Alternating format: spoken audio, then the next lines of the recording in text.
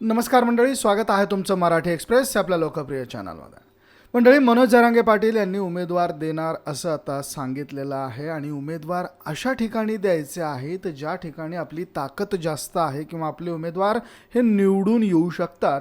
अशा ठिकाणी आपण उमेदवार देणार आणि ज्या SC STच्या राखीव जागा आहेत त्या ठिकाणी आपण उमेदवार देणार नाहीत, परंतु जो आपल्याला बॉन्ड पेपरवर लिहून देईल अशा उमेदवाराला आपण या ठिकाणाहून पाठिंबा देऊ अशी भूमिका मनोज जरांगे पाटील यांनी घेतली. आणि त्यातच आता असंख्य नेत्यांच्या गाठीभेटी ह्या मनोज जरांगे पाटील यांच्यासोबत सुरू झालेल्या आहे. तर मंडळी, मनोज जरांगे पाटील यांचा प्रभाव किती जागांवर आहे आणि किती जागा मनोज जरांगे पाटील देऊ शकतात तेच आजच्या या व्हिडिओमधनं आपण बघतो आहोत.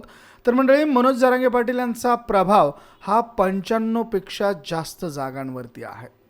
त्यामधल्या 57 जागा विधानसभेमध्ये महाविकास आघाडीला लीडने पुढे आहेत. लोकसभेमध्ये ज्या लोकसभा निवडणुका पार पडल्या त्या लोकसभा निवडणुकांमध्ये 57पेक्षा जास्त जागांवरती लीड ही महाविकास आघाडीला मिळालेली आहे आणि 38 विधानसभेच्या जागांवरती महायुतीला लीड मिळालेली आहे. तर अशा त्या जागा आहेत.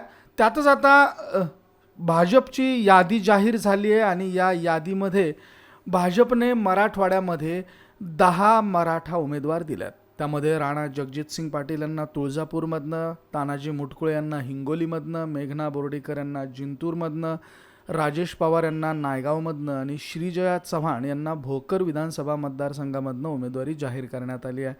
तर अनुराधा चव्हाण फुलंब्रीमधनं, संतोष दानवे भोकरदनमधनं, बबनराव लोणीकर परतूरमधनं, अभिमन्यू पवार औशामधनं, संभाजी पाटील निलंगेकर निलंग्या विधानसभा मतदारसंघामधनं भाजपने या मंडळींना उमेदवारी जाहीर केली आहे. मंडळी, 2019ला मराठवाडा जो मनोज जरांगे पाटील यांचा बालेकिल्ला मानला जातो, या मराठवाड्यातल्या 46 जागांपैकी भाजपने 17 जागा जिंकलेल्या होत्या.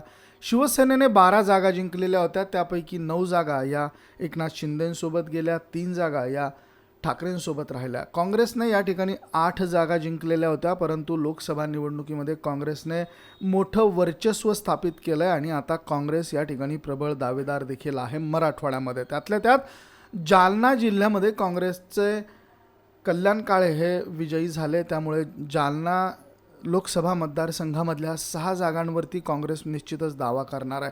तर राष्ट्रवादीने 8 जागा जिंकलेल्या होत्या, त्यापैकी 6 जागा या अजित पवारांच्या सोबत गेलेल्या आहेत, तर 2 जागा या शरद पवारांकडे राहिलेल्या. आता या ठिकाणी राष्ट्रवादी बीडमधनं राष्ट्रवादीचे उमेदवार विजयी झालेले आहेत. त्यामुळे शरद पवार बीडमधील 6 जागांवरती दावा करतील आणि इतर जागा ज्या 3 निवडून आलेल्या होत्या मराठवाड्यामधनं. तर अशा हा निकाल 2019चा होता. आता या निकालाच्याच पार्श्वभूमीवर आणि लोकसभा निवडणुकांच्या निकालाच्या पार्श्वभूमीवर मनोज जरांगे पाटील कशा पद्धतीनं रणनीती आखतील आणि कुठे सर्वाधिक उमेदवार देतील ते आजच्या या व्हिडिओमधनं आपण बघतो आहोत. तर मंडळी, मनोज जरांगे पाटील यांचा प्रभाव हा मराठवाड्यामध्ये सर्वाधिक आहे. त्यातल्या त्यात जालना, बीड, हिंगोली, धाराशिव, परभणी, छत्रपती संभाजीनगर, नांदेड, लातूर या 8 जिल्ह्यांचा समावेश होतो आणि या 8 जिल्ह्यांमध्ये 46 जागा आहेत. तर या 46 जागांवरती मोठ्या प्रमाणात प्रभाव हा मनोज जरांगे पाटील यांचा आहे. तर या 46 जागांपैकी संभाजीनगर, जालना, बीड, लातूर, धाराशिव, परभणी, हिंगोली आणि नांदेड या जिल्ह्यांमध्ये जे लोकसभेचे निवडणुका पार पडल्या त्यामध्ये 32 विधानसभेमध्ये 46 पैकी 32 विधानसभा मतदारसंघामध्ये महाविकास आघाडीने लीड घेतली होती, तर 14 विधानसभेमध्ये महायुतीने लीड घेतली होती. आता आमचा पाठिंबा ना महायुतीला आहे ना महाविकास आघाडीला आहे असं जरी मनोज जरांगे पाटील यांनी घोषित करून टाकलेलं असलं तरी लोकसभेला मात्र महाविकास आघाडीला सर्वाधिक फायदा झाल्याचं बोललं जातं. त्यानुसार जर आपण विचार करायचा ठरला तर 46 मतदारसंघांपैकी किमान 32 मतदारसंघ हे मनोज जरांगे पाटील एकट्याने काबीज करू शकतात किंवा त्या जागा महाविकास आघाडीकडे जाऊ शकतात. ज्या 14 ठिकाणी महायुतीने लीड घेतलेली होती त्या ठिकाणी देखील मनोज जरांगे पाटील आपले उमेदवार हे ताकदीचे उभे करतील, कारण महायुतीने ज्या ठिकाणी लीड घेतलेली होती अशा उमेदवारांच्या विरोधात विधानसभेला तगडा उमेदवार दिला जाऊ शकतो. आता त्या जागा कुठल्या असतील त्या पुढील आपण बघूयात. की मराठवाडा जो भाग आहे तो हुकमी एक आहे आणि तिथे आम्ही सर्वच्या सर्व सीट जिंकू. अच्छा, हा 46 च्या पूर्ण 46. पूर्ण आत्मविश्वास आज मराठा समाजाकडे आहे. ज्या जागा SC ST साठी सोडलेल्या आहेत तिथे मराठा समाज कुठलाही उमेदवार उभा करणार नाही किंवा होऊ शकत नाही. आणि अशा ठिकाणी मात्र जो उमेदवार आमच्या बाजूनी असेल त्याला आम्ही मतदान, आमचं जे लागभराचं मतदान असेल त्या त्या तालुक्यातलं किंवा त्या त्या क्षेत्रातलं ते देण्याचं आम्ही ठरवलं. मराठवाडा झाल्यानंतर मराठवाड्याच्या जे बाजूचे जेवढे तालुके आणि जिल्हे आहेत जिथे मराठा समाजाचा सर्वात मोठा प्रभाव आहे, म्हणजे जर आपण बघितलं की एक सोलापूरचा भाग आपला जो आहे तो मोठा आहे, त्याच्यानंतर सातारा, सांगली, कोल्हापूर हा जो पट्टा आहे मराठा बहुल पट्टा आहे, पुणे आहे, चाकण आहे, अशा बरेचसे, नाशिक आहे, वरती धुळे आहे, असे बरेचसे ठिकाणं अशी आहेत की जिथे मराठा समाजाचे मोठमोठ्या सभा या वर्षभरामध्ये झाल्या. तर मंडळी, अशा पद्धतीने आपल्या लक्षात आलं असेल की मराठवाड्यातील सर्वाधिक जागा ह्या मनोज जरांगे पाटील लढतील. त्यातल्या त्यात ज्या राखीव जागा आहेत त्या राखीव जागांवरती मनोज जरांगे पाटील पुरस्कृत उमेदवार असू शकतात. ज्या उमेदवाराने मनोज जरांगे पाटील यांना लेखी लिहून दिलेलं आहे ते उमेदवार या ठिकाणी विजयी देखील होऊ शकतात. तर नगर जिल्ह्यातल्या 12 जागा आहेत. या नगर जिल्ह्यातल्या 12 जागांपैकी मनोज जरांगे पाटील बहुतांश जागा लढतील. सोलापूर जिल्ह्यातल्या 11 जागा आहेत. या 11 जागांवरती देखील मोठ्या प्रमाणात मनोज जरांगे पाटील आपले उमेदवार देतील. सातारा जिल्ह्यातल्या मान, खटाव, फलटण या पूर्व भागातल्या 2 जागा आहेत. या ठिकाणी देखील मनोज जरांगे पाटलांचा प्रभाव मोठ्या प्रमाणात आहे. सांगलीच्या जत, खानापूर, आटपाडी या भागात धनगर समाज मोठ्या प्रमाणात आहे आणि हा समाजाचं प्राबल्य जत, खानापूर, आटपाडी या सांगली जिल्ह्यातल्या 3 भागांमध्ये बघायला मिळतं. त्यामुळे या ठिकाणी थोडंसं वातावरण कमी जास्त अधिक प्रमाणात दिसू शकतं. परंतु पुणे जिल्ह्यातल्या माळी धनगर मतांचा प्रभाव असणाऱ्या 9 जागा आहेत. या ठिकाणी देखील OBC फॅक्टर हा मोठ्या प्रमाणात चालू शकतो. त्यामुळे या ठिकाणी देखील एक तगडा उमेदवार देण्याचा प्रयत्न मनोज जरांगे पाटील करतील किंवा ज्या जागा निवडून येऊ शकतात अशा जागांवरती आपल्याला उमेदवार द्यायचे असं मनोज जरांगे पाटील म्हणालेले आहेत. त्यामुळे या 9 जागांचा विचार निश्चितच ते बारकाईनं करतील. तर नाशिक जिल्ह्यातल्या 5 जागांवरती मनोज जरांगे पाटील उमेदवार देतील. जळगाव जिल्ह्यातल्या किमान 9 मतदारसंघामध्ये मनोज जरांगे पाटील हे उमेदवार देऊ शकतात. तर मंडळी, विधानसभेच्या 46 ज्या अति महत्त्वाच्या जागा आहेत ज्या मराठवाड्यातल्या आहेत त्यामध्ये जालना, संभाजीनगर, बीड, धाराशिव, लातूर, परभणी, हिंगोली आणि नांदेड जिल्ह्यांचा समावेश होतो. या जागांवरती हमखास मनोज जरांगे पाटील हे उमेदवार देणार. यातल्या राखीव जागांवरती ज्या उमेदवाराने आरक्षण संदर्भात बॉन्ड करून दिला त्या उमेदवाराला पाठिंबा हा मिळणार आहे. त्यामुळे हा भाग मनोज जरांगे पाटील खूप मोठ्या प्रमाणात काबीज करतील हे आता यावरनं दिसतं आहे. तर उत्तर महाराष्ट्राचा जर आपण विचार केला तर उत्तर महाराष्ट्रात देखील काही भाग हा मनोज जरांगे पाटील यांच्या प्रभावात आहे. तसेच पूर्व विदर्भाचा देखील भाग हा मनोज जरांगे पाटील यांच्या प्रभावात आहे. मग त्यामध्ये जळगाव, बुलढाणा, अकोला, वाशिम ही मराठवाड्याला लागून असलेले जिल्हे आहेत आणि या जिल्ह्यांमध्ये वाशिममध्ये देखील मोठ्या प्रमाणात मराठा समाज आहे. यवतमाळमध्ये देखील आहे. अकोला, बुलढाणा, जळगाव या जिल्ह्यांचा देखील मोठ्या प्रमाणात समावेश या ठिकाणी होतो.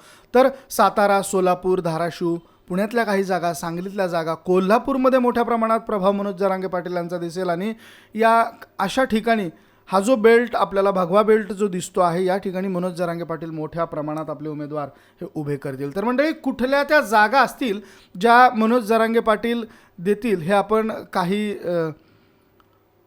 आकडेवारीच्या माध्यमातून लक्षात घेण्याचा प्रयत्न करूयात. सुरुवात करूयात मराठवाड्यापासून. मंडळी, मराठवाड्यातली किनवट, हातगाव, भोकर, नांदेड नॉर्थ, नांदेड साऊथ, लोहा, नायगाव, देगलूर, मुखेड, वसमत, कळमनुरी, हिंगोली, जिंतूर, परभणी, गंगाखेड, पाथरी या जागा हमखास मनोज जरांगे पाटील आपले उमेदवार देतील. त्याचबरोबर परतूर, घनसावंगी, जालना, बदनापूर ही जागा राखीव आहे. भोकरदन, सिल्लोड, कन्नड, फुलंब्री, औरंगाबाद सेंट्रल, औरंगाबाद वेस्ट म्हणजेच औरंगाबाद मध्य, पश्चिम, औरंगाबाद पूर्व या जागावर देखील मनोज जरांगे पाटील उमेदवार देतील. आता पश्चिमची जागा आहे ती देखील राखीव आहे. त्यानंतर पैठण, गंगापूर, वैजापूर, गेवराई, माजलगाव या मराठवाड्यातल्या छत्रपती संभाजीनगरच्या आणि बीड जिल्ह्यातल्या जालना जिल्ह्यातल्या जागा आहेत. बीड विधानसभा, आष्टी विधानसभा, केज विधानसभा, परळी विधानसभा, लातूर ग्रामीण विधानसभा, लातूर शहर विधानसभा, अहमदपूर विधानसभा, उदगीर विधानसभा, निलंगा विधानसभा, औसा विधानसभा, उमरगा विधानसभा, तुळजापूर विधानसभा, उस्मानाबाद विधानसभा, परांडा विधानसभा या ठिकाणी मनोज जरांगे पाटील निश्चितच आपले उमेदवार देतील. तर मुंबई भागात देखील आम्ही उमेदवार देणार आहोत असा एक बाईट आपल्याकडे आहे, तो देखील बघा. पण मी तुम्हाला विचारलं होतं की मुंबईमध्ये काय प्लॅन असणार आहे आणि किती जागा तुम्ही मुंबईमध्ये उतरवणार? मुंबईमध्ये आमचे सर्व सहकारी आहेत, त्याच्यातले थोडेफार सहकारी काल आम्ही गेलो होतो. मी उद्या किंवा परवा मुंबईमध्ये सर्व लोकांचे मुंबईमध्ये दादरमध्ये सभा घेतोय. तिथे आम्हाला काही मुंबई आहे, तालुक्या जिल्ह्यामधल्या गोष्टी वेगळ्या असतात आणि मुंबईमध्ये आपलं जे राहणीमान आहे किंवा हे काय आपण जाती जाती किंवा गावगाव असे राहत नाही. इथे एका बिल्डिंगमध्ये 4 मराठे आहेत, 10 मराठे आहेत, काही एरिया आहेत आपल्या आणि त्यात आज मराठी माणसं मागे आहोत आपण. मग अशा परिस्थितीमध्ये किती जागा लढवल्या गेल्या पाहिजेत, कुठल्या लढवल्या गेल्या पाहिजेत आणि का लढवल्या गेल्या पाहिजेत ह्याच्यावरती आमची चर्चा होईल. परंतु 36च्या 36 उमेदवार आम्ही द्यायचं हे ठरवलेलं आहे. अच्छा. आणि पहिला उमेदवार मी आज तुमच्या माध्यमातून जाहीर देखील करू शकतो की जो डबेवाला आहे आमचं मुंबईतला डबेवाला, त्याला आम्ही आमचं पहिलं प्रतिनिधित्व आम्ही देणार आहोत. हे इकडनं आम्ही आमची सुरुवात करतो. अच्छा, मग कुठून असणार आणि काय त्यांचं नाव आहे तुमच्या उमेदवाराचं जे डबेवाले आहे? उमेदवाराचं नाव 1-2 दिवसासाठी ते थांबा, पण आम्ही सांगतोय.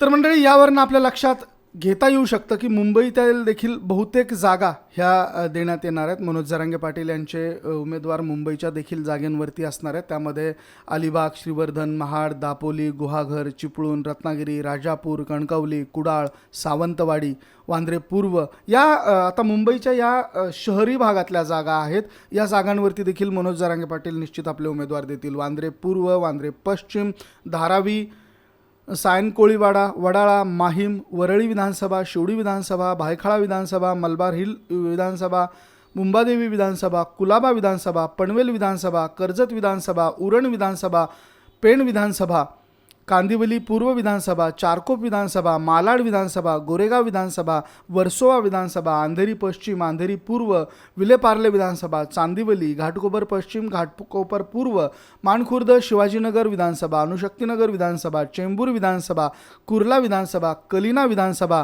कल्याण ग्रामीण, मीरा भाईंदर, ओवाळा माजीवाडा हा मुख्यमंत्री एकनाथ शिंदे या भागातून आहेत. ठाण्यातला हा भाग आहे. कोपरी पाचपाखडी हा त्यांचा मतदारसंघ आहे. ठाणे विधानसभा, मुंब्रा, कळवा विधानसभा, ऐरोली, बेलापूर, बोरीवली, दहिसर, मागाठाणे, मुलुंड, विक्रोळी, भांडूप पश्चिम, जोगेश्वरी पूर्व, दिंडोशी, त्याचबरोबर डहाणू, चिपळूण, पालघर, बोईसर, नालासोपारा, वसई, भिवंडी, शहापूर, भिवंडी पश्चिम, भिवंडी पूर्व, कल्याण पश्चिम, मुरबाड विधानसभा, अंबरनाथ विधानसभा, उल्हासनगर, कल्याण पूर्व, डोंबिवली विधानसभा.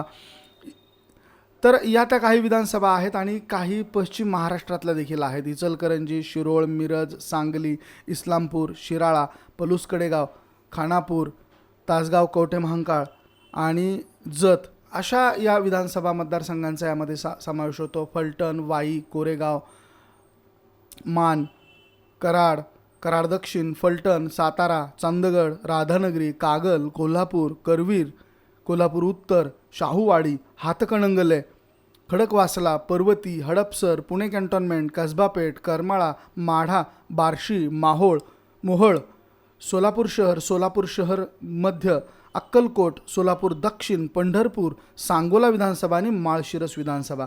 तर अशा पद्धतीच्या या काही विधानसभा आहेत ज्या ठिकाणी राखीव जागा आहेत. अशा जागांवरती आपण लिहून घेणार आणि ज्या ठिकाणी आपण उमेदवाराला पाठिंबा देणार अशा काही जागा आहेत ज्या राखीव ठिकाणच्या आहेत. हे मनोज जरांगे पाटील यांनी यापूर्वीच स्पष्ट केलेलं आहे. तर मंडळी, काही मॅपच्या आधारे देखील आपण जाणून घेण्याचा प्रयत्न करू की जळगाव शहरामध्ये चोपडा, अमळनेर, एरंडोल, पाचोला, चाळीसगाव, जामनेर, भुसावळ, मुक्ताईनगर या भागात देखील मोठ्या प्रमाणात ऑलरेडी ओबीसीमध्ये गेलेला मराठा समाज आहे. त्यापैकी तिथनं देखील मनोज जरांगे पाटील यांना मोठ्या प्रमाणात मदत ही मिळू शकते. त्यानंतर मराठा पट्टा जर का आपण पाहिला जळगाव जिल्ह्यातला तर एरंडोल, पाचोरा, चाळीसगाव हा भाग आहे. त्यानंतर जळगाव शहरात देखील मोठा प्रभाव आहे, ग्रामीणमध्ये देखील आहे. तर मालेगाव बाह्य, चांदवड, निफाड, येवला, सिन्नर ही नाशिकमधली मतदारसंघ आहेत. येवल्यामध्ये मोठ्या प्रमाणात टक्कर बघायला मिळू शकते. येवला हा मतदारसंघ छगन भुजबळ यांचा आहे, तिथनं हे लढतात, त्यामुळे येवल्यातनं मोठी लढाई बघायला मिळू शकते. सिन्नर, निफाड, चांदवड, मालेगाव बाह्य ही विधानसभा जरांगे फॅक्टरनी प्रभावित झालेली आहेत. त्याचबरोबर शिरूर लोकसभेमध्ये माळी समाज तुल्यबळ आहे, त्यामुळे या ठिकाणी कशा पद्धतीचा निर्णय मनोज जरांगे पाटील घेतात हे देखील पाहणं गरजेचं आहे. जुन्नर, आंबेगाव, खेड, आळंदी, शिरूर, हडपसर, भोसरी अशी ही मतदारसंघ आहेत शिरूर लोकसभेमधली. बारामतीमध्ये देखील पुरंदर, दौंड, बारामती, इंदापूर या ठिकाणी धनगर समाजाची मतं ही निर्णायक आहेत. भोर, खडकवासला ही देखील मतदारसंघ आहेत. त्याचबरोबर सांगली जिल्ह्यातली पलूस, कडेगाव, शिराळा, इस्लामपूर, सांगली, मिरज, तासगाव, कवठे महांकाळ, खानापूर, जत ही मतदारसंघ आहे. जतमधून महायुतीला तर खानापूर आटपाडीमधून विशाल पाटील जे अपक्ष उमेदवार होते यांना लीड मिळालेलं होतं. सांगली जिल्ह्यातल्या जत आणि खानापूर आटपाडी भागात धनगर समाजाचा मोठ्या प्रमाणात प्रभाव आहे. नगर जिल्ह्यातल्या संगमनेर, शेवगाव, नगर शहर, श्रीगोंदा आणि कर्जत, जामखेड या भागात धनगर आणि वंजारी समाजाचं समीकरण चालतं. तर पारनेर, राहुरी, श्रीरामपूर, नेवासा, शिर्डी, अकोले आणि कोपरगाव या भागात मराठा बहुलपट्टा आहे. या ठिकाणी मोठ्या प्रमाणात मराठा समाजाचं वास्तव्य आहे आणि या भागात निश्चितच उमेदवार मनोज जरांगे पाटील यांचे असतील. तर सातारा जिल्ह्यामधल्या वाई, सातारा, कोरेगाव, कराड, पाटण आणि कराड दक्षिण या भागात मोठ्या प्रमाणात मनोज जरांगे पाटील उमेदवार देऊ शकतात. माणमध्ये जयकुमार गोरे हे माळी समाजाचे असल्याने ओबीसी या ठिकाणी चालू शकतो. फलटणमध्ये रणजित सिंह निंबाळकरांचं होम ग्राउंड असल्यामुळे महायुतीला या ठिकाणी लीड मिळालेला होता. तर अशी ही जी काही जिल्हे आहेत आणि या जिल्ह्यातल्या या विधानसभा मतदारसंघाचा आढावा आपण घेतो आहोत. तर सोलापूर जिल्ह्यामध्ये 11 जागा आहेत, त्यापैकी महाविकास आघाडीला 7 जागांमध्ये लीड मिळालं होतं, तर युतीला 3 ठिकाणी लीड मिळालेलं होतं. तर अशा पद्धतीचं हे विश्लेषण आहे मंडळी. तुम्हाला याबद्दल काय वाटतं आहे? तुमच्या भागातून मनोज जरांगे पाटील यांचा उमेदवार कोण असणार आहे हे कमेंटमध्ये अवश्य नमूद करा. हा व्हिडिओ तुम्हाला आवडला असेल तर शेअर जरूर करा आणि आपल्या चॅनलला सबस्क्राईब करायला अजिबात विसरू नका. बघत रहा मराठी एक्सप्रेस. काही फोटोंचे सौजन्य हे बोल भिडू.